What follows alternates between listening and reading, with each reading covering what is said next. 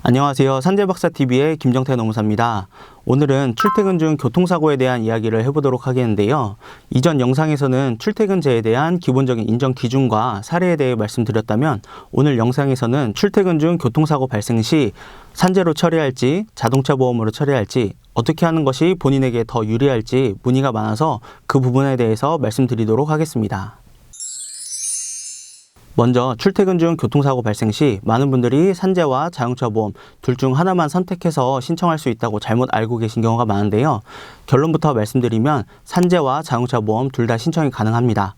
다만 중복 보상이 금지되기 때문에 공통된 부분에 대해서는 둘 중 높은 부분만 인정된다는 것 알고 계시면 되겠고요. 그래서 이를 모르고 산재로만 처리한다든지 자동차 보험으로만 처리하면 나중에 보상금 부분에서 손해보는 부분이 굉장히 많게 됩니다.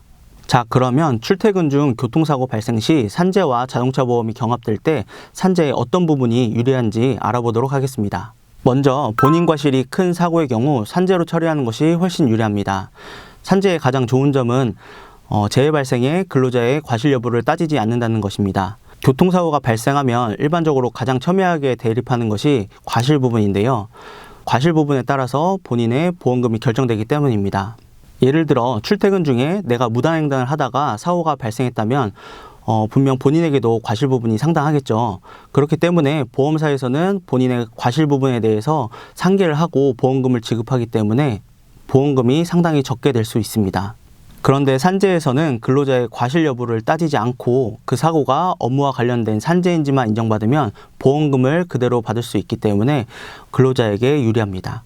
두 번째로 디스크나 관절염 등 퇴행성 질병과 같은 기왕증을 갖고 있던 사람이라면 산재로 처리하는 것이 훨씬 유리한데요. 예를 들어 교통사고로 허리 디스크가 터지는 추간판 탈출증을 진단받고 수술을 하게 된다면 산재에서는 그 질병이 기왕증인지 여부를 묻지 않고 보험금이 지급됩니다. 그런데 자동차 보험에서는 질병과 상해가 경합된 사고에 대해서는 외상성 사고에 대한 기여도를 고려하여 보상하기 때문에 추간판 탈출증과 같은 퇴행성 질병을 진단받았다면 보험금이 적게 지급될 가능성이 있습니다. 세 번째는 중대한 사고로 인해 사지마비나 절단 등을 하여 산재 장애연금 대상자에 해당될 것이라고 판단된다면 산재 처리를 먼저 하는 것이 좋습니다. 산재의 경우 장애 1급에서 7급까지는 장애연금 대상자에 해당되기 때문에 평생 장애연금이 지급됩니다. 그렇기 때문에 장애연금 대상자에 해당될 정도로 상태가 중한 경우 산재로 처리하지 않고 자동차 보험으로만 처리한다면 장애연금이 지급되지 않기 때문에 추후 보상금에서 엄청난 손해가 발생됩니다.